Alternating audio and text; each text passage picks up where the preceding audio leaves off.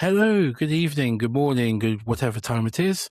We are on episode 13 of Almost in Focus. This week we have a guest. We have Simon Roberts with us. Yes, there we go. I've not done much this week. Toby, hello. Hello. This week, I have actually done something remotely productive. By pure chance, I've come across a photography show, exhibition group that's been put on by the Usher Gallery in Lincoln, which actually focuses on photography and disability and focusing health and wellness, which, as anyone who's listened to episode 5? 4, 4, thank you for correcting me. 6, I don't know, something like that. The one that's titled Disability in Photography, anyway, knows that my work is kind of focused on that. So I've managed to get a little inroad there. And so that's Remedy that's I've submitted some work to and hopefully can get involved with a new photography festival and outlet happening in, for once, the north of the country, which is quite nice. Well, I say the north, it's the Midlands. I just pretend it's the north because I've gone the wrong side of the Humber these days. But yeah, so that's my most photographic bit of information. Above and beyond that, I must give a little moment to my poor students who've been subjected to a couple of episodes of Almost in Focus because it was teaching them about podcasting. In no way shameless self-promotion. So they will be having to listen to this and have been asking for merchandising, which they will have to actually pay for because I'm too cheap to give it away. So they all want a mug, so we need to put an order in. Anyway, that's my photographic input for this week. It's been quite a quiet one, really. Yeah. I was going to say. No, I think after the photography show, it's all been a bit relaxing, trying to calm down. Anticlimactic. Yeah. But yeah, so I have to say, this episode, I was told by my wife, don't get too starstruck. So, Simon, you may or may not know that you were one of the focuses of my dissertation at university. And so I had this sort of like, oh no, meeting one of your heroes moments. And it always goes wrong. You'll end up saying, what an idiot. Well, I wish I'd never met him. I'm happy if my heroes are down-to-earth human beings. Okay. I'd rather hit somebody who is as equally disorganized and chaotic as myself. Makes me feel like I have nothing to lose. Not so terrifying. But yeah, so that was my warning from my wife as I skipped through from the living room and left her with the television remote control and complete control over the dominion of the living room to my office was don't get too starstruck and don't embarrass yourself. So watch me embarrass myself. You failed already. I know. Look, I'm a little fanboy. Look what I've got. And in mint condition, I think you'll find. You know what? I'd buy that off you because I haven't got any copies myself really left. Have you not? I end up buying them on eBay because I have so few copies, which it's one of the biggest failures that I've made is not keeping enough copies of my first book. Yeah. And having to trawl the internet trying to find copies.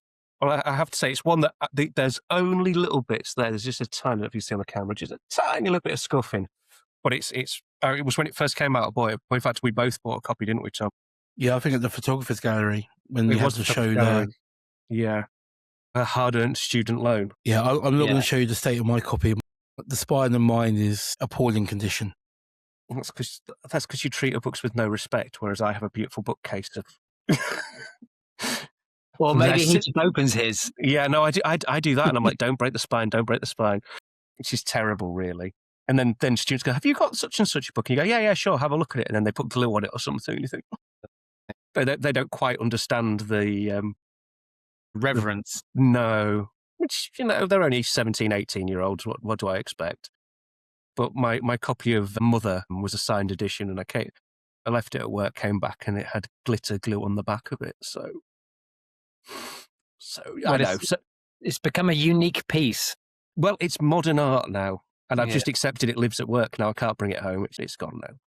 So I'll just have to ask Matthew Finn for another copy at some point. Maybe I'll have to get him on the podcast and ask him to sign it, get a new signed copy. But yeah, anyway, I've monopolised the conversation as per usual with a bit of random waffle. But shall we dive into our interview then, Thomas? Let's dive in. I mean, that's kind of a nice place to start. Anyways, Motherland, that was what really sort of leapt your career forward as a big step, I think. certainly in our understanding of where you came from and your early work. You say about it being your first book. All your other ones you've done have been physically big, or was that, I don't know, was that a sort of a intention, or was that sort of just costs on the first book and keeping it 10:8 to try and save a bit of money and getting it actually out in the world? It was actually more about the publisher's decision. So Chris Boot, who I worked with, suggested that it would work better as a smaller book in terms of that idea of you being able to sit with something and go on a journey. He said the bigger the book, the more cumbersome the journey. So the idea being here is that you're passing through this kind of immense landscape, but it's something that you can read and revisit in quite a simple way, rather than having to just it kind of sit on a table and be too unwieldy to handle. I guess there was also a cost element, but we printed 5,000 copies, so it was it was a big print run, and as soon as you have that number of pictures in it, 156 pictures, going any bigger would become really quite an expensive endeavor printing. Yeah. I think it was a bit cost, a bit practicalities, and a bit actually just how one sits with the work in terms of and actually kind of engages with the book itself as an object. We've started at the end. We should probably have started at the beginning with that, though, shouldn't we?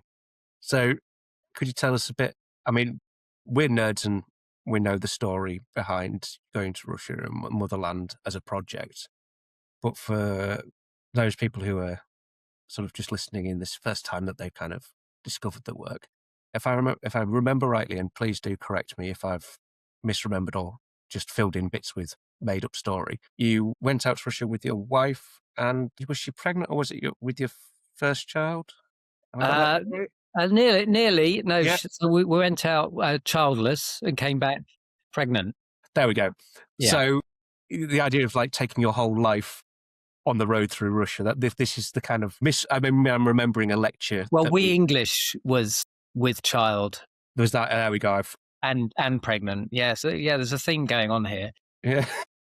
Yeah. No. No. We were just two young people on the road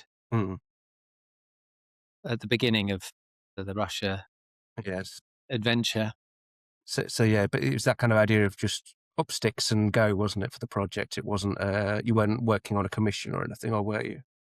No, it was, it came out of 6 years of working primarily within editorial. So I graduated in 96, 97, and began working predominantly within the kind of editorial arena for magazines up until about 2003. And then I did the World Press Masterclass in 2003, which, was a kind of a stepping point to really starting to define more clearly what I wanted to do with my career, and also just generally speaking, how I put my photography into the world. And it was having done that I realized that really I guess to some extent I've been playing with photography, that I hadn't really developed a particular style, horrible phrase, but I hadn't really kind of defined an approach to my work. But particularly I was often quite disappointed by losing the control of the authorship of the work.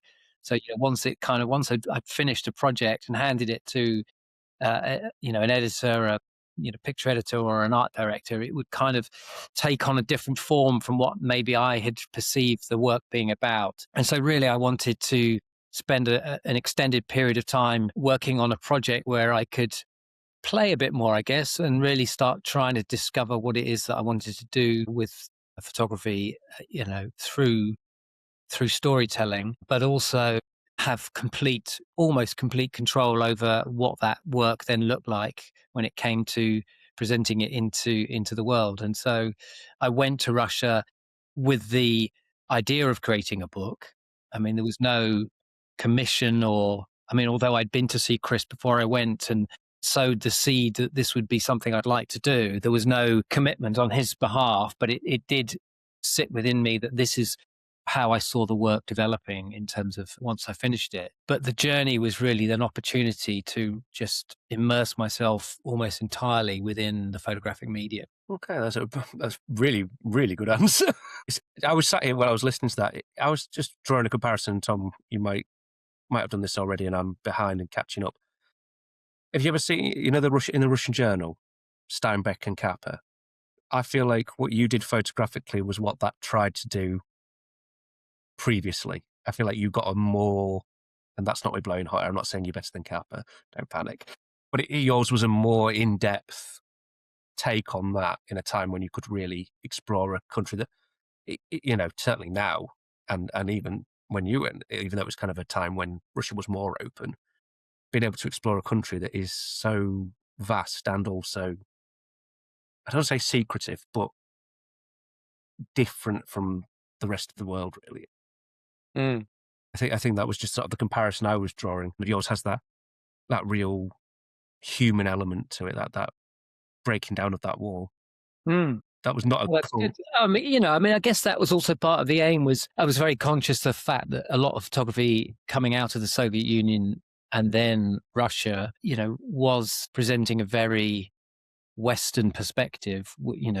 Sat within a particular vein, which was, one talking about poverty and decay, or on the other side, kind of vulgar wealth and the disintegration, or kind of uber capitalism, capitalism on steroids. Yeah. And, with the oligarchs and that kind of just immense wealth that's been created in very short periods of time. I just thought, well, really I wanted to try and explore something different and get out of the main cities and really, explore the outside regions that we didn't really see. And I guess at the time it was very early internet, so it was difficult for Russian photographers to distribute their work to a Western audience. Nowadays, we see such great work from young, kind of new young Russian photographers, particularly over the last 15 years.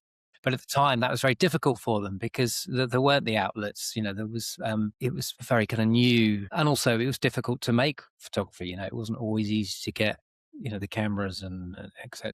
I think I'm going to have to just release my dog because he's really annoying. It's all right. Hold on one sec. No problem. This is not the first time an animal's got involved with our Western focus. Well, I think it's the first time it's actually been a sensible animal. Yeah, all right. To be fair, it's usually my duck, but she's being kept Well, here quiet. he is. Just for your viewers, the mad Cocker Spaniel who can now go away. Oh, I've got one of those on the I side. feel left out. I need a dog now. That's the only answer. Yeah, so it was, funnily enough, as you mentioned, I traveled with my wife and she was a Russian speaker and had studied Russian at university. And she was trying to write a book while we were traveling. And there had been a conversation about maybe trying to do something together, but that didn't end up being the result. Hers was much more of a kind of very personal travel journal compared to mine, which was much more supposed to be about the other rather than myself. Although, of course, all photography is A subjective. reflection. Yeah. But I tried, wherever possible to push against any of my own stereotypes or preconceived notions of what I might find. So I try to develop various methods of working against my own prejudgments. So I say, and then that was saying that. But then when you came back with this book, it sort of sparked something. Obviously, it had given you that first taste of creative control, essentially. Yeah. Because then it's led on to some amazing. Well, it was amazing product in itself, but I say product, that's a horrible term. Sorry, feel a little bit dirty. Dare you? You know what I mean. If I say outcome, it sounds like a lesson. This is an excellent outcome. Well done. No. Yeah. You have that first tome. There we go. That's a better phrase. Yeah. Tome. However, that does make it sound like it's sort of it's slightly bigger. Yeah, sort of a weighty, which, when I think... It was.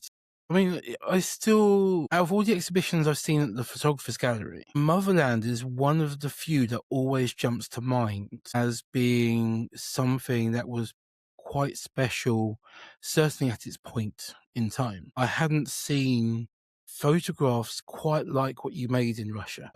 I mean, we were quite young at that point in terms of our journey into documentary photography. We're still quite young. So, but at the time, we were familiar with Martin Parswell, we were familiar with Paul Graham, Nick Watlington, maybe. Your work was very different to that. It was more along the lines of Alex Soth, and I wasn't aware of Alex Soth at that point. But your style and your approach was something that was quite refreshing for the gallery wall, and that's why it's always stood on my mind. And also, the prints were huge. So you've got this lovely little 10 by 8 inch book, but then giant prints to almost like a juxtaposition of scale. And yeah, and what you were saying about the book, I completely agree with what Chris was saying in terms of small and comfort. I always enjoy picking up a 5 and 55 or something really, really tiny and a cup of tea, rather than Robert Polidori After the Flood, which is bloody massive. And it is that comfort sitting down on the sofa with a book. Are you going to apologise in case Robert Polidori ever? No, I won't. I love After the Flood, but it is big. It's very heavy. If I remember rightly, that was the one where I had to help you get it out of the library. Yeah, it was, yeah. A story for another time. So I actually have a question which leads on from that sort of scale thing and talking scale prints. Now, Motherland this is a tech moment, sorry, it's a nerdy tech minute. You shot that on a Mir 7 II, the camera that I sold and will never shut up moaning about after selling it. But anyway, you moved on to large format then for We English. Yeah.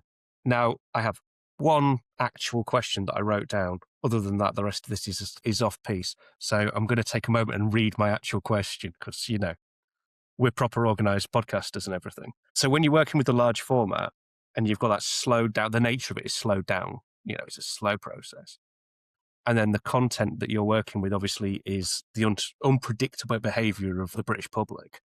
How did you find those two how did you do that? How did you manage to work with a slow traditional process and then these quite large events that's not your sort of tradition, normally you'd run along with something like a 35mm or a DSLR or mirrorless these days. So the idea of taking a 5.4 or 10.8? 5.4, yeah. 5.4. Well, I guess the first thing is that the pictures are about the landscape. They're not about individuals. Yeah.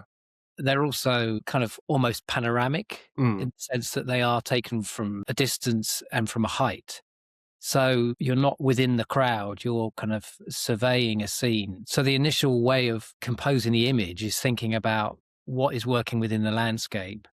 And then it's about how do I then make something of the people who are in the landscape? And that's partly down to time, waiting. It's partly down to preempting what you think might be happening.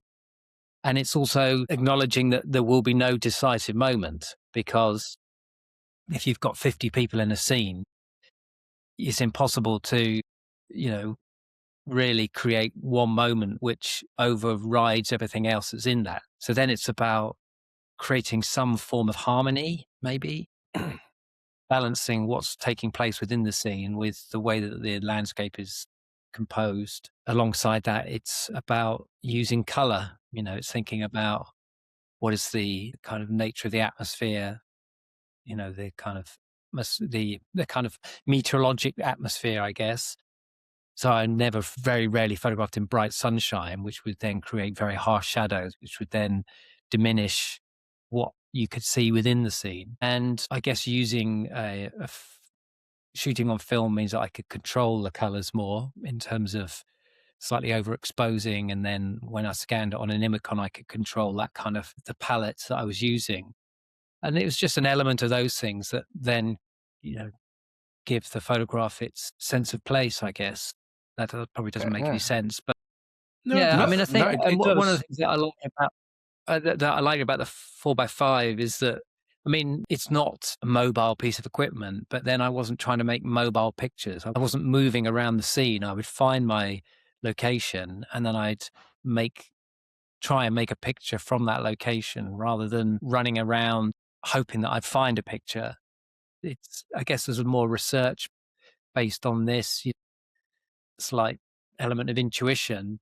But then also when you're looking at a landscape, you get to see patterns. So for instance, I could often see which direction people were walking, and then I would basically, it's about timing when I think those people will enter my frame and hope that those people are coming in at the same time as somebody else is moving. So you're looking for some kind of tempo, if you like, within the picture. And sometimes it works and sometimes it doesn't. No, it's just I say it's very interesting to hear you sort of the thought process behind this, because I mean, as this is something that's interesting, but also as a teacher, a lot of the time I try to explain to students, they get excited about gear and things like that, but I was always trying to say it's about how you're engaging with the process, and that's exactly what you've just been talking about. Yeah. That process is the important bit. It changes how you think about what the image you're making.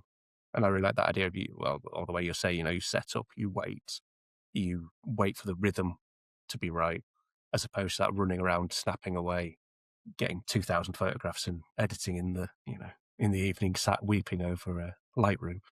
Mm. I mean, I'm so disinterested in kit. Mm. I mean, almost to the point where it's embarrassing that how little I understand my equipment. But what I understand is when to take a picture and Yeah. how to compose the picture. And what I try to do when I'm making a photograph is strip away anything that might distract me from the moment I take the picture. So the more equipment I have, the more distractions there are to what to use at what moment. So the simpler I can keep the process, if standard lens, one camera, not be faffing about, with 3 cameras around my neck, trying to work out which lens do I use to capture this moment. By the time I've made that decision, the moment's gone, or whatever it is. So I think the simpler you can keep these things, the more that you're concentrating on what's happening and when to take the picture. I mean, the hardest thing with the 4x5 was knowing when to stop or when to acknowledge that you're not going to get a picture. Because, once you start packing away and something happens, you can't kind of quickly get it out again. And so I had this weird system of the 7-minute rule, which was that anytime I thought, okay, that's it, I'm going to put the camera away, I'd then wait 7 minutes. The problem is sometimes that 7 minutes became another 7 minutes and then another 7 minutes. So it's just like this kind of endless process. But at some point I just had to say, okay, it's not working and I'm going to, go pack up and try something different. The other thing that I really enjoyed doing was photographing in completely the opposite direction to where I initially stopped to take the picture. So whenever I was on the motorhome and I'd work out this is where I want to take the picture, and I'd take the picture and then I would deliberately turn around and look at the complete opposite direction, sometimes move it slightly more than 180, and say, okay, I want to challenge why I'm in this particular place, taking this particular image. And a couple of those pictures actually made it into the book, into the We English book. And for me, that's one of the ways that I was really interested in, just working, trying to push against these particular preconceptions of what I thought I would be in this place to do, or why was I there. I mean, one instance was, for instance, the Ventnor beauty spot on the Isle of Wight. So I'd gone to photograph the beauty spot and then realized actually I turned around and looked at the car park where people were sat munching sandwiches out the back of their boots, or the bikers that had all just turned up and were having a lollipop. That's far more interesting, where you don't even see, you don't see the beauty spot. The beauty spot is in the distance. It's the other way. You're just looking at the kind of social gatherings of a car park, and that as a story about English life, I think was far richer than the nice view, with people in that view. Yeah. So I think something that's good for students to learn. The problem with students now is that they think that they've got the picture within 2 minutes of arriving in a place, and actually often the picture is somewhere else, and it takes time to find what it is. I mean, I think that's a That's problem completely right. with the whole instant decision, instantly seeing your images, instantly being able to share, get feedback, get everything out there. And I sound like an old man, but I like to film, process it, look at a contact sheet, get it torn apart by a lecturer, and then print something. Mm. You know, I think that, and that makes you far more precious as well when you're paying, back in the day, £2.50 a roll of film. Now, far more. I don't even think how much I spend on film now, but anyway, when you're shot, you take the time, you find the shot, you make it. You don't just shoot, like I said before, 2,000 photographs in a day and then sort it out later. And that's kind of, like say, you're finding the time, you're waiting to get those shots. And it's a really important lesson, I think, that even seasoned photographers sometimes forget. Mm. We get carried away because you can shoot everything. And Well, and I easily slip into that as well, shooting digital as I do mostly now. You're taking far more pictures than are necessary. yeah, But there is a balance between shooting too much, but also just waiting and really thinking. And, I mean, I guess because the way I work, because it's about the landscape, I'm often thinking about that I want to feel the landscape. I want to be part of it to make the picture yeah, rather than just be passing through it momentarily. So it's about that kind of sense of finding that moment where you're really aligned to the place. yeah. It doesn't always happen. Very But often doesn't happen, but sometimes when it does. but see, when it does happen, that's those magic moments, isn't it? Photographically, it's those Zen moments where you go, "That's the shot. I've got it." Sorry, Tom, I totally just Yeah, bogarted your that's point. go for it. I'm done. We do a lot of this. Share one brain cell, and that's the problem. Yeah, pretty much. I think there was a very big shift in that between Motherland and then We English, Peerdom, Merry Albion, and so on, was that idea of the landscape. With Motherland, you've got those beautiful landscapes in there, and that mindset is still there throughout. But you were stopping to make very definitively clear portraits of the people you were meeting as well, and bring that sense of the communities that you were traveling through and the personalities that you were meeting into the book. With We English, because of the change of equipment, because of that height and that step back, with the being on the roof of your motorhome, it almost becomes more along the lines of sort of impressionist paintings in terms of that view of life within a landscape. And I think like that Manet and so on. Is that a question? I I don't know. think that was It's a lovely point, but yeah. It was. I think that was amusing. Yeah. I like the way you kind of ended that, just Yeah. kind of looking at me. Yeah, We're just blank wall. There we go. Yeah. What's he talking about? I mean, there was a very clear decision when I started We English that I was not going to do portraiture. So once I'd made that decision, then I developed the idea of photographing from a higher perspective, from a higher vantage point. So I guess that decision had already been made, and that was partly because I was interested in the collective sense of what England means to groups of people rather than seeing it as something about the individual. Whereas with Russia, I was really interested in, I guess in a way that August Sander had. It was almost like cataloguing this kind of groups of people across the country and, exploring a sense of, the other, who these populated this place and who were the people that we were coming into contact with. Whereas We English was quite different. Although the form of the landscapes were, the seed of that had come through Motherland.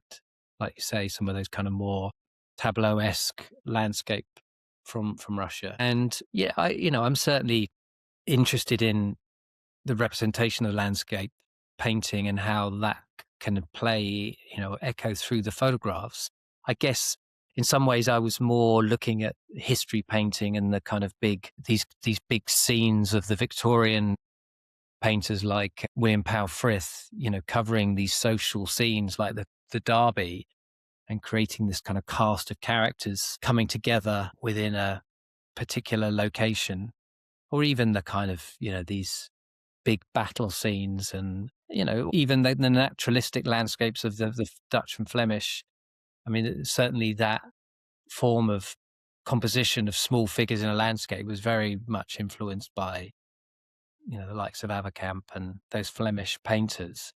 But then equally, I was taken by, Gursky and some of the new topographic American photographers, or somebody like Joel Sternfeld, So there was a kind of melding of these different interests and visual references and influences. I mean, the most important thing with We English was not to repeat something that's been done before. I guess that's always the challenge of photography, is that how you say something new or do something new. And that's very difficult. And often we're not really doing something new. We're just adding something slightly different to something that's already been done.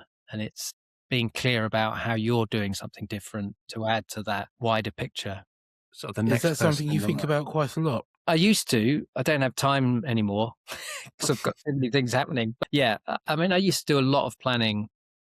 A lot of the projects, appeared in the election, all involved long periods of planning and execution, and then post-production. So generally speaking, things would happen in 3-year cycles. A year planning, a year shooting, a year post-production. That was how it played out for quite some time until, the more children that ended up in the brood, the harder that became. And also at some stage, I, wanted to challenge myself in different ways. I mean, to some extent, I became slightly pigeonholed into one way of making photographs. And I guess the point at which I tried to close that chapter was Merry Albion, which was bringing together a series of work made between 2007 and 2017. So for me, that was as much about trying to comment on this very interesting period of British political and economic history, but also saying, do you know what? I want to try something new now. Do you know, I can see Tom smiling. This is because this is a point that his smug backside made this morning when I was driving to work. He says there's these cycles and there's this like point, and Merry Albion is where he draws a line in his work. And I was like, that's a really, really interesting thing. You should bring that up tonight. And you've just beaten him to the punch, so that's fantastic. Because he was That's all right. He sent me a tenner earlier and said, can you say this? Yeah, he says, just mention this bit. I was like, Yeah. I could see him smiling. I was thinking, you smug git. Yeah. But yeah, we were actually, to be fair, we were discussing that this morning, weren't we? Literally that Yeah, point. we And were. so it's so nice to hear, because I think often photographers and academics get themselves into a interpretation of things or a reading of work that might not necessarily be the reading that the person who made the work ever thought of or ever intended. So it's actually quite nice that you've just been proven right there, Tom. Well done. Mm. You can have a gold star and everything. Top of the class. Shall we have a little chat about that little section of work before we move on to where you are now? Should we have a quick dive into the election stuff? Because I think that's a really interesting time in the work. Because I remember that being in BJP back in the days when I bought BJP before I had to spend my money on boring things like mortgages. So yeah, could you tell us a bit about how that started for you? Obviously, I mean, it was a commission that in itself, but Yeah. So the election was 2010, and that was part of that was a commission from the government. So they've created this cycle of commissioning a different visual artist every time there's an election to respond some way visually to the British electoral system. And it kind of was inspired by some of the works that are in the parliamentary art collection, going back to like Hogarth and, his satirical take on the Oxford by-elections of when was that? 1700s, maybe a bit earlier.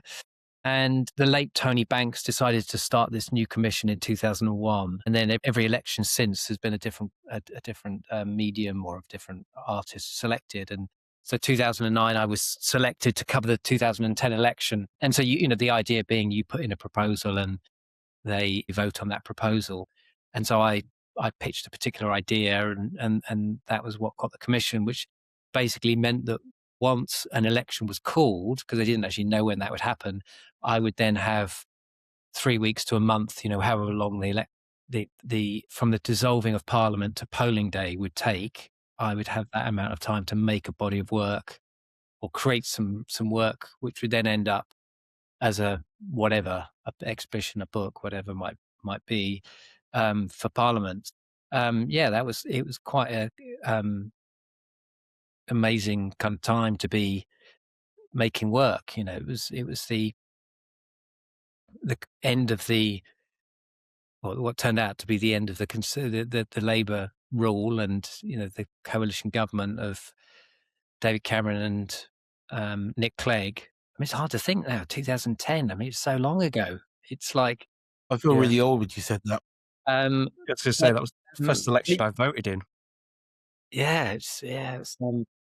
And just think how many prime ministers we've had since then. Unbelievable. I was going to say.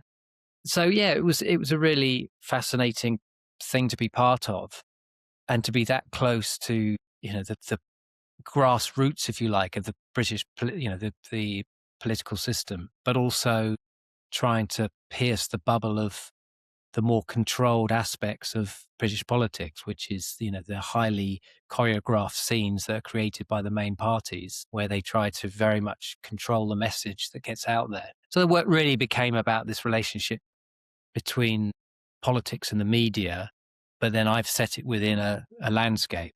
For me, it's very much about the pictures are about Britain at a particular moment in time. And I deliberately wanted to continue in the vein of photographing within the landscape. So whereas We English had been about leisure, this was very much about politicking in the landscape. Although each picture is also a social survey of time and place. It's almost the flip side of the coin to We English in some respects.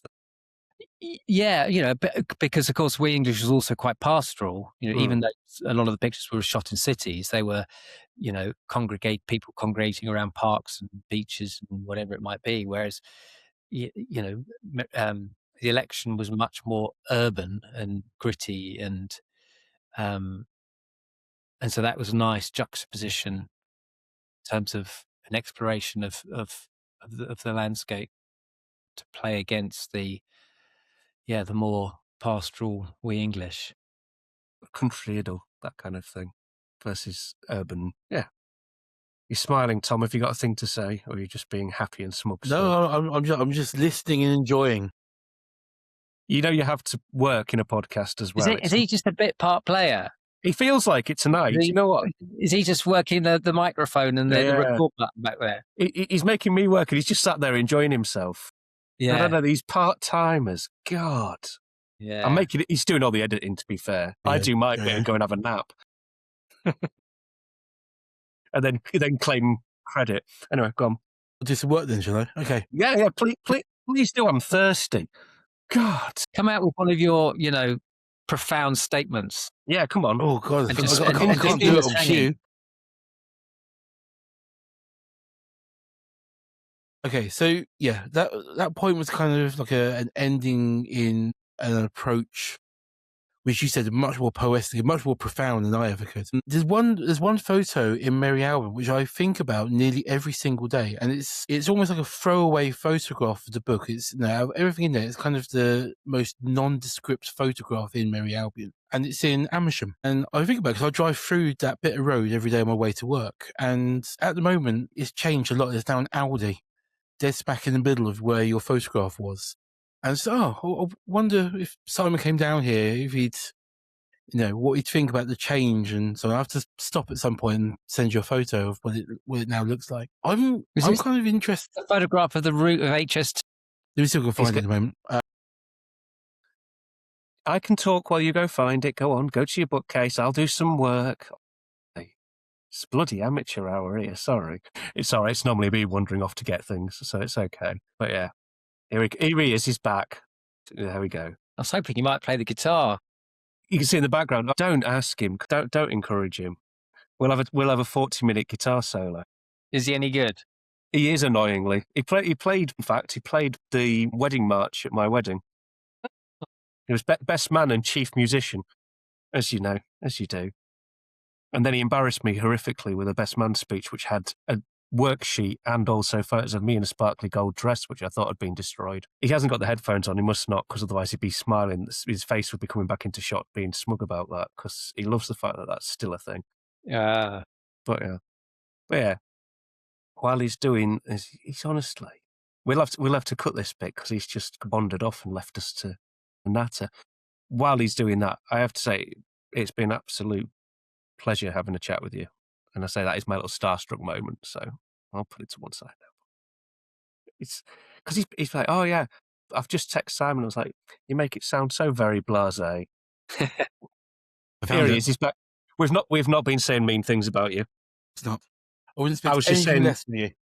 I would expect we want a performance, by the way, with the guitar in a minute. Yeah, that's the one. Yeah. And yes, it is the HS2, which, don't get me started on that. I'll probably get told off if I do. But yeah, I drove down that bit of road every day, normally losing signal while talking to Toby, and they've built an Audi within that view now, which opened a few weeks ago. It's just such a real shift from that picturesque view that's there. You've got the HS2 works just slightly further along the road, and you've got an Audi pretty much next door to a Tesco, because we all need more supermarkets. Something else you did, which was a real shift, I really enjoyed, and you never published it. It was almost like a bit of, I suppose, of therapy during lockdown. Was your sculptures, and you were posting them on Instagram. I don't know if you remember. These were like found objects on the street, and you creating them into kind of like Dada-esque sculptures using fly tipping and so on, photographing them, just leaving them.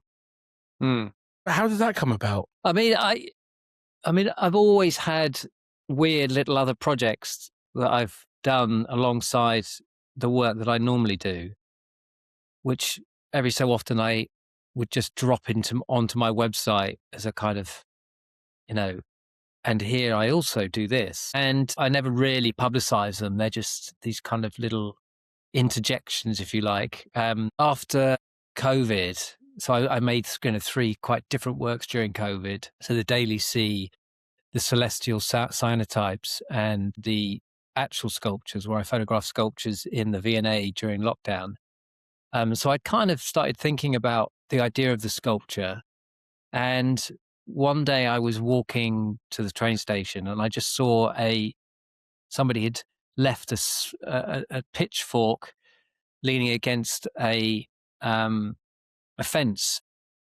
And I just looked at it and thought, actually, how beautiful it was in its ordinariness, but just in the way that it had been placed there. And then I saw something else on the ground, and I just thought, well, maybe I could, I'll just leave this for somebody else to spot, like I'd spotted this. And so I just put this, I think it was a tennis ball or something, and I put it on top. And I just thought, I wonder whether somebody else will walk past this with the same sense of amusement or just, something that stops somebody for that moment on the street and just asks a question or just leaves a kind of fleeting thought in their mind. And once I'd seen that, I then just began spotting other bits and pieces on the street. And I just thought, actually, what would be quite nice would be to create an Instagram account where I would which was going to be anonymous, where I would just start making these interventions in the street and just leave them, and I'd take a photograph of them. I wouldn't dismantle them. I'd just leave them to see if, not to see, but just leave them in case that, somebody might come across them and find them equally amusing that I did. So it was just this process, and it became a bit of a game, really. The website, the Instagram account was called The Urban Interventionist. And I guess it was partly to do with fly tipping. A lot of people are leaving stuff just around the place. They just, there's a lot of stuff that is often left around where my studio is. So every day I would kind of go out and just see what had been left overnight, and see what I could make. And it was about creating something amusing, really, in the landscape, to leave something for somebody else to witness.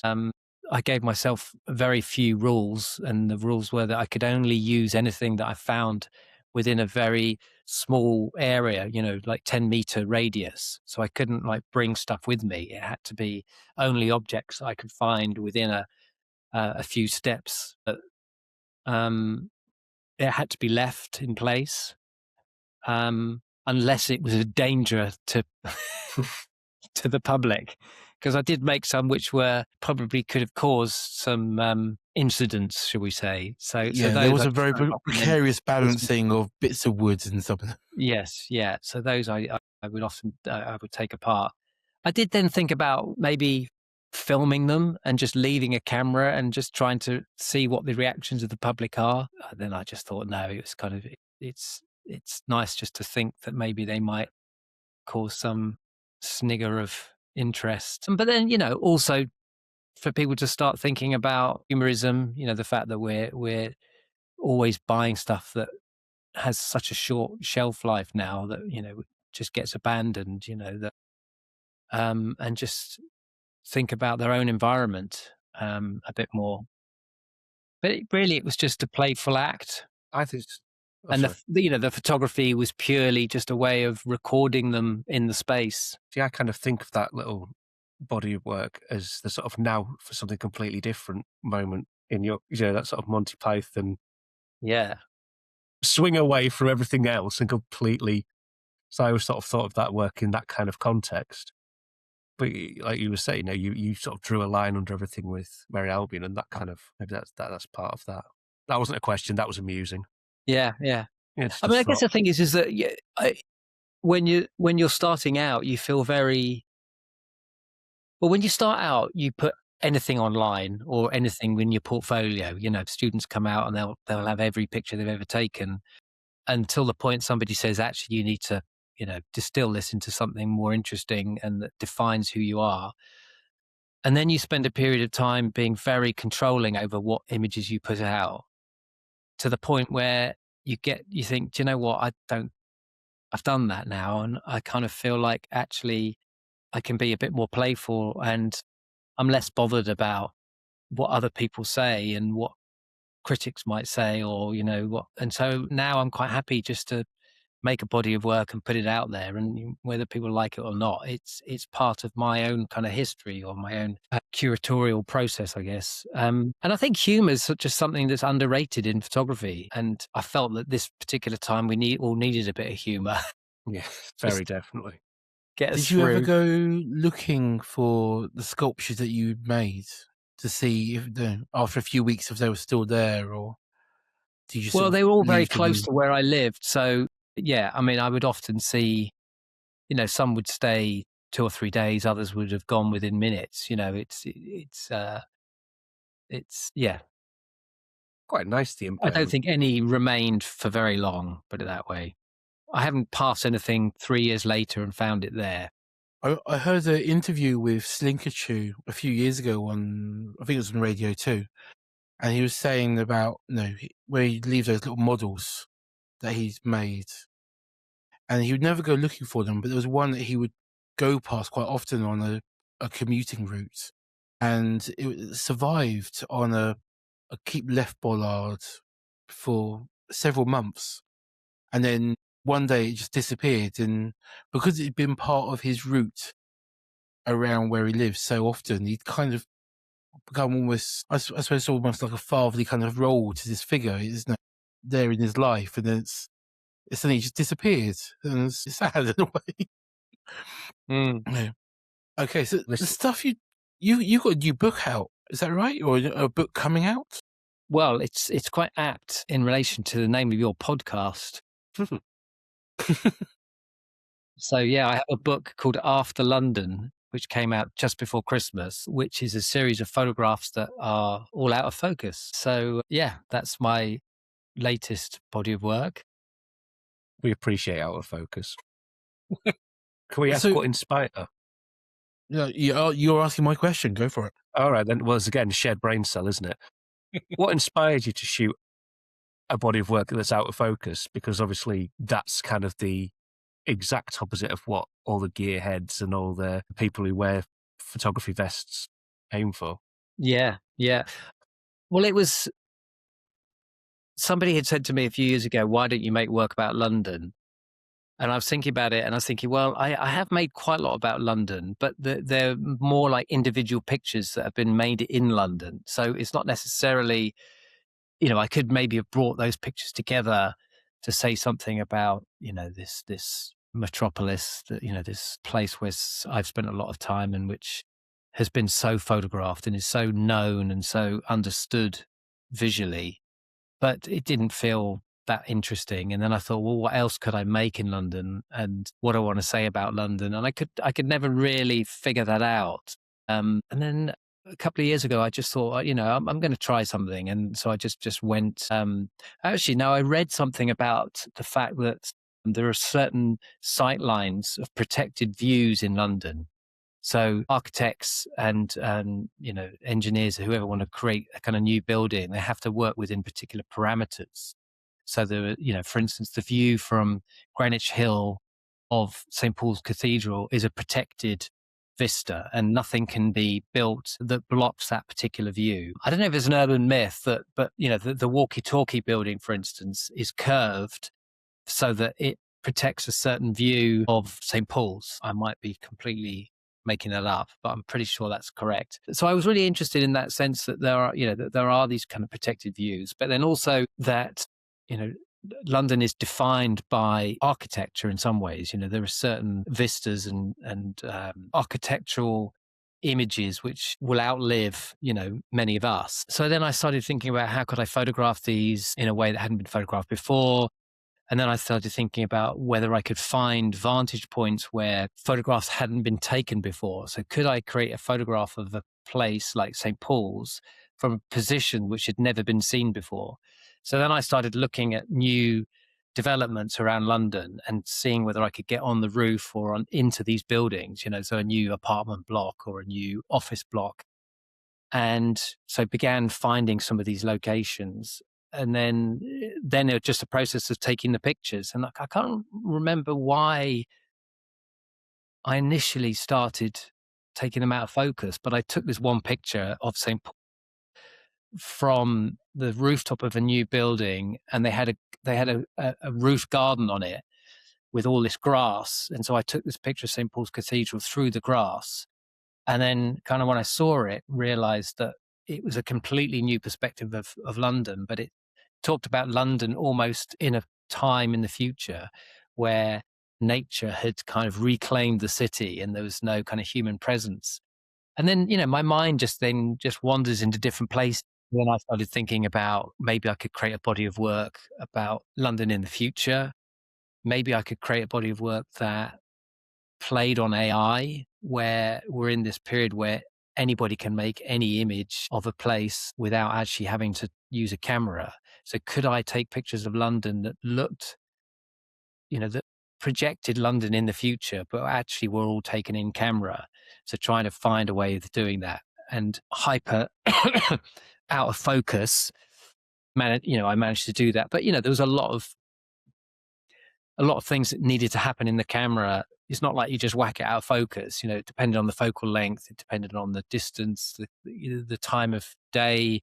So I only photographed in winter and in spring because I wanted the sun in a particular height. And then, then it just became a process of collecting these different images and trying to find these weird vantage points. And while I was doing that, you start researching. And then I found this book called After London. Actually, that's a lie. My wife told me about this book called After London, which was a novel by Richard Jefferies, which is considered the first novel of the Anthropocene. So here he was writing in the Victorian period before the idea of the Anthropocene was even something that was being talked about. The idea being that London is taken over by some cataclysmic event, and there's nothing, no humans are left, and what is left behind. And so I thought that could be interesting. And then I read about, the Thames Barrier potentially breaking and flooding London. So that was then I think, okay, well, this is my perspective. London is flooded. I'm going to create these series of pictures with no people in it, which again was interesting to me because all my pictures in the past have had people in them. So to make a work about London with no people seemed quite interesting. So there was just all these threads that just came together. And then then it was just a process of making the pictures. And that's a very long answer to your question. But yeah, it's just, I guess it was a different way to how I normally make work. And normally when I make work, I've got a very clear idea at the beginning, whereas this was something that was almost like continual experimentation and also again, just a playful act. It wasn't, I didn't know it was going to become a book. It was just actually whenever I was in London doing something else, I'd try and find a new perspective. And then I took it as a bit of a game, really. Could I could I sneak into the top of a building? The number of times I went into hotels and just found a lift and went to the top floor and then tried to find a fire escape. And, it just became a game, really. And I quite liked that process. That reminds me of when we were at uni and Toby came with me on a few of these. I had a fascination with that heightened view that you use a lot, but the idea of going up to the rooftops and looking at those rooftop landscapes. But I was a 20-something nervous photographer. I didn't have the balls to go and, knock on doors and say, "Hi, can I go on your roof?" And I was using large format, and it was a game of cat and mouse with security guards in car parks because they would Yeah. see me on the CCTV camera of one car park. And it was going to be a race to, if I could set up the camera, make the photograph and pack away before they kick me out. And then I'd go to the next car park and it would be the same security guard. He'd basically chasing me around the town. It was great fun. It was that, and when we were sat on the side of the River Usk drinking beer at 3 o'clock in the morning, taking photographs. Those were two very good projects. The photographs were good. That's 2 episodes in a row you brought up the River Usk. I really enjoyed sitting on the side of the River Usk with large format cameras, freezing to death and drinking beer. It was a very nice experience, and one that I probably wouldn't be able to get away with these days as a respectable adult. So alongside your visual work, you've got a new endeavor which you did on Kickstarter. So this is your, I suppose, an art center. Is that a good way of describing it? Yeah. I mean, the idea is to try and buck the trend of everything creative closing in Brighton.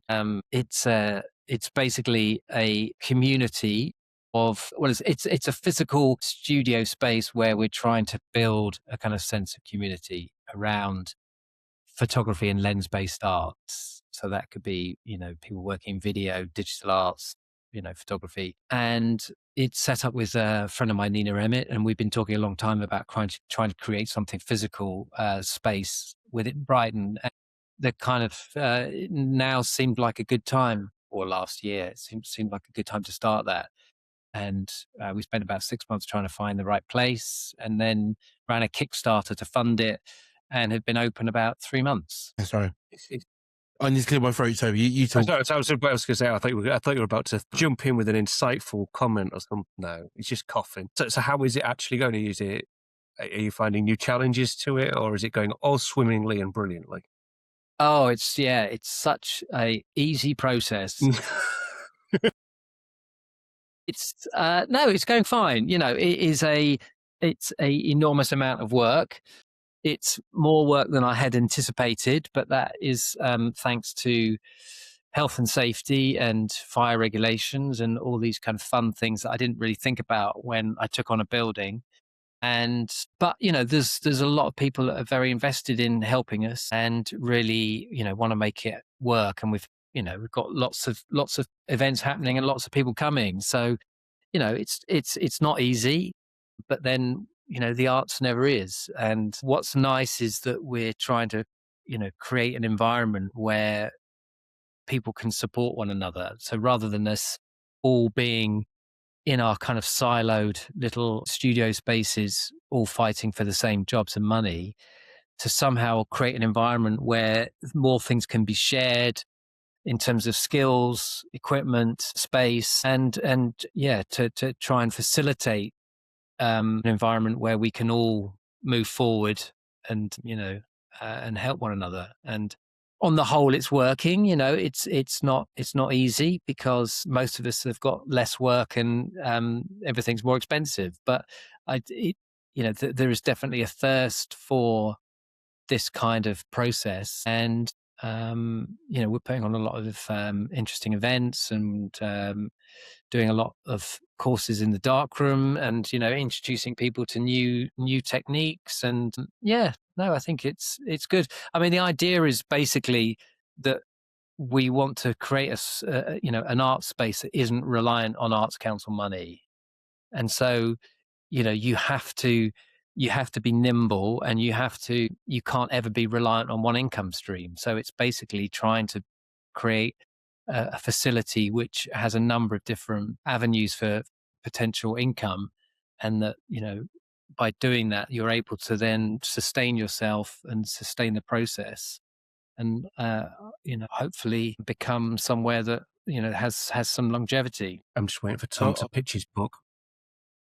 That's coming at the end. Don't worry. Oh, is that okay? Fine, that's all right. He's written a book. Don't worry, you'll hear about it. Sorry, Tom. Go. No, I was going to say. So I know I've seen on Instagrams, and you've had guest artists and photographers coming in talking about their work and doing little. I'm not going to say lecture because that sounds, I suppose, almost pompous. But I suppose more like a seminar. What else have you got? You mentioned the darkroom workshops. So give us an overview, like a typical week at Post. What kind of stuff happens? So we have our kind of, it's all based around mostly around membership. So we have various levels of membership. So we have people who are darkroom members and, will come in and just use the darkroom. So it's just black and white at the moment. We've got 2 enlargers, but there'll be people in there. Then we have 3 main artist studios, which are populated by Finn Hobson, Laura El Tantawi, and Andy Lopo. So they'll be in doing bits and pieces. And then we've got a kind of dedicated desks where we've got 8 people who rent those desk spaces, mostly photographers, designers, and they'll be in and out, working on whatever they're working on. Then we've got a commercial studio, which might be rented out or might be being used by one of the residents. So, for instance, this week, Andy Lopo was working on ambrotypes.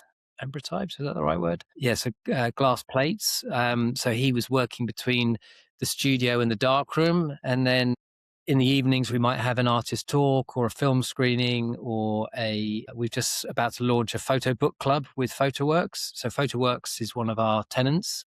They have an office in the studio. And then we've got a library. So we might have people just coming in to browse the photo book library. And then in the weekends is when we tend to run our symposiums or workshops. So we've got a symposium coming up around Earth Day, where we'll have panel discussions and films around people looking at environmentalism and nature and well-being. And then we're doing a photo book weekend with the Krasner Krauss Foundation in June. And then we're doing a weekend of performances around photography, music, poetry, and drama. We've got all kind of manner of things happening throughout the week. But, it's just a lot of logistics of running all these things and making them happen. But it's nice to be in a position where we're helping to enable people to make work. I mean, in the last few years, I've found it. I've always been an ideas person. I've always had plenty of things I want to do with my own work. But in recent years, that's kind of tapered out a bit, and I'm finding it harder to kind of come up with my own ideas for work. And rather than getting annoyed by that and trying to come up with something, it feels like a nice time to be creating something different in terms of actually a space. And, what's been nice for me, from a selfish point of view, is actually, seeing all these other people making work and thinking, oh, that's quite interesting. And, just seeing how other people are navigating the industry at the moment and trying to learn new skills. And, that the idea is that hopefully that will have an impact on each of us, and we kind of see what other people are doing and get inspired and share ideas, really. I mean, there's a new project I have just kind of started thinking about recently, and to do it, I'm going to need to use somebody, one of the other photographers that rents a space who has a skill that I don't have. And so, for me, that's, really nice that, we can kind of try and pool resources. I think we need a trip down south. Well, I do. You're not that far. Yeah. There's some things there that sound right up my street. Maybe I can call it a holiday. No, it's a work trip. Come on, it's a work trip. Yeah. That's the way to get it past. Yeah. In fact, it's the other half. It's personal development. I see if school will give me the time off to go for Very a course. They can pay for my train ticket and everything. But no, it sounds fantastic. Has it been sort of well received by, I'm thinking like University of Brighton and the students there, or is it something that I mean, we've got good connections with the uni, but also the schools and colleges. We had a sixth form college in the other day, and we're about to we're hosting some work experience from one of the local schools, and it's good.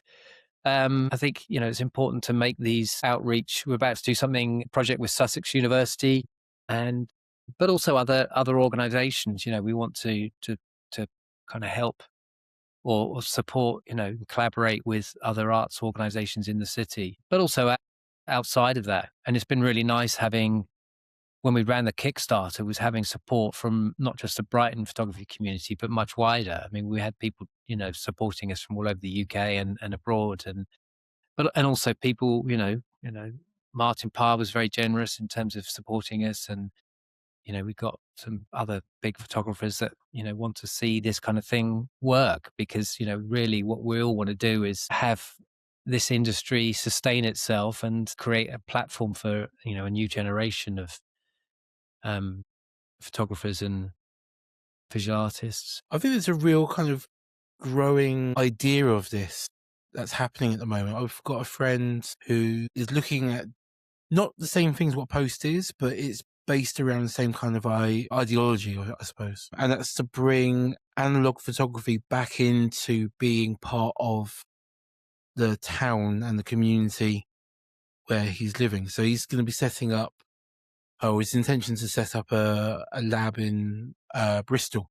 And it's going to be very much based around supporting photographers within Bristol, Bath, etc., rather than being a online service like a lot of the other good labs that are around.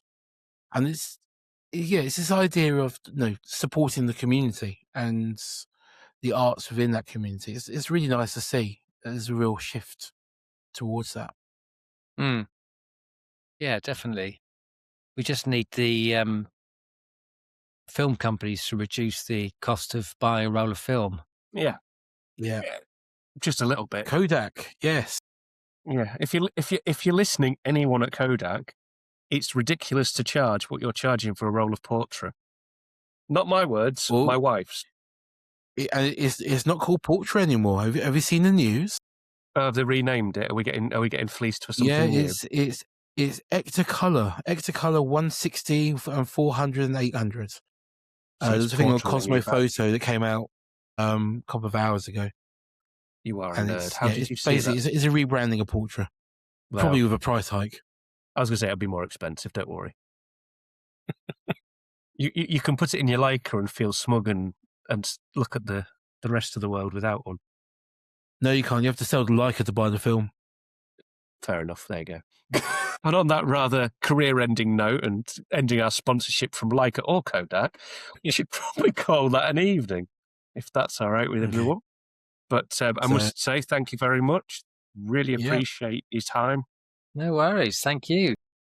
And Simon, for anyone who might happen to be listening in the Brighton area, what have you got coming up over the next couple of months, or couple of weeks, in Post? Cool, lots of happening. 16th of April, we've got Sid Shelton giving a talk. Sid was very active in the 70s and 80s, photographing a lot around rock against racism, and made a lot of work around London, so that would be interesting. And then we're taking over some posters, advertising posters around the city for Earth Day. So we're taking the commercial element away and putting some photographs up on billboards. That's with a company called Build Hollywood. And then we've got a symposium called Earth and I Weekendo around that weekend. And then Brighton Festival's happening in May. So we'll be opening up most weekends in May with various things happening at Post. So yeah, check us out. Come along, be a member. Is there a website for Post? Postcreatives.co.uk. Post-creatives.co.uk. We'll stick it in the show And we'll make notes sure we as put well. that in the show notes as well. Yeah. Great. All right. So, Well, Simon, chaps. thank you. Thank you very much. Thank you very much. Really appreciate it. We hardly talked about cameras, which is always good. Yeah, we don't tend to. No, we try to avoid it because it feels there's a lot of people who do that, and photography's not about what camera you're using, it's about what you're taking pictures of, hopefully, if it's any good. All right. But yeah, thank you very much. Really appreciate it. Sorry? Come and visit us. Do a live streaming from Post. We'd love to. We'd love that. That'd be it. Do you know what? I get a holiday down south, and I don't often go, past the M25. So that's a win, and we could go do a live. I think that sounds like a great idea. Fish and chips on the beach afterwards. Yeah, I was going to say fish and chips and ice cream. I'm loving that. So yeah, we'll come and bother you. Thank you very much for the invite. All right, take care, guys. Great. See you later. All right. Thanks, Simon. Wow, that was amazing. That was good. That was a good episode. That was a great episode. So, yeah. Anyway. Yep. We will end it. But Toby, what have you got coming up over the next couple of weeks? Anything? No, I think I'm going to be, as I say, nagging these people at the Remedy event. Yep. Hopefully going to get some more filming done for my current ongoing project of This Bag Saved My Life, working title. I have 2 weeks off, one completely on my own because my wife's half term and my half term are not at the same time now. So anyone who's listening and wants to be involved, get in touch. It will be people who live with or people who are affected by IBD and anyone living with stoma. That's going to be my big focus for that week. So that's starting next Monday onwards. That's my focus. So I've bought a load of film. I've set up some new filming gear ready to do the interviews. I am hopefully going to get at least 2 interviews in the bag. So that's my plan. So I love the pun. Yeah, I know. I'm a funny man. Funny looking anyway, but But yeah, that's my plan. What about you? What's going on for you? Well, we've got our photo walk coming up. We have? Oh yeah, what's coming up? There's a thing. Yeah, so this is Worldwide Pinhole Day. Details are on photowalk.me, and that's going to be in Royal Leamington Spa. So come meet us in person if you so wish. Bring a pinhole camera, have a wander, have a pint. If you're coming from the north, don't bother getting on a train, drive, because we worked out how much it costs on a train. It's ridiculous. And you'd have 3 changes. It would take you 4 hours and you could drive it in an hour and a half. Ridiculous. Yeah. So, yeah. I'm going on the train. All right. Well, and then speaking of which. Yes, the famous book as seen in our last episode and now available at all good bookshops. Well, your website, possibly. My website. It will be available a couple of other places as well, but at the moment it's just my website. I've sold a couple of copies now. Yay! Yeah, there you go. And yes, so lights, paper, time. So if you're interested in the darkroom, want to know more, want to know how to set a darkroom up, what kind of equipment you need, how to do it, it's kind of a casual guide. So it's not too wordy, not too technical, but it's just sort of explains step by step what you need to do in a no frill sense, really.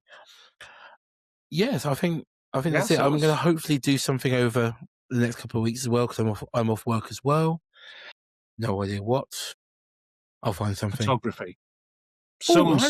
I've got to meet up with some photography friends. They're starting a photography club of sorts in a coffee shop. Hang on. You have other photography friends? It's supporting the analog community in my town. You don't live here. I didn't know we were seeing other photographers. I didn't know that was a thing. It's fine. You married another photographer. Yeah, fair point. Fair point. Well made. Right. On that note, goodbye, everyone. Thank you for listening or watching. Thank you to Simon again Simon, for giving what us a great, his time. what a great guest. Yeah. What a legend. And yes, we'll put links to Simon Roberts' social media, post his website, his new book, all will be in the show notes underneath. And we'll see you next time where I think we have another guest. We do have another guest, yes. We do indeed. Ooh. I know. Check us out. 2 on the Bounce. We're getting a bit good at this. Yeah. Well, I think we need to take a step back after that and just, have a random rest. natter. Yeah. Fabulous. Right. Farewell. Thank you, everyone. Bye-bye. See ya.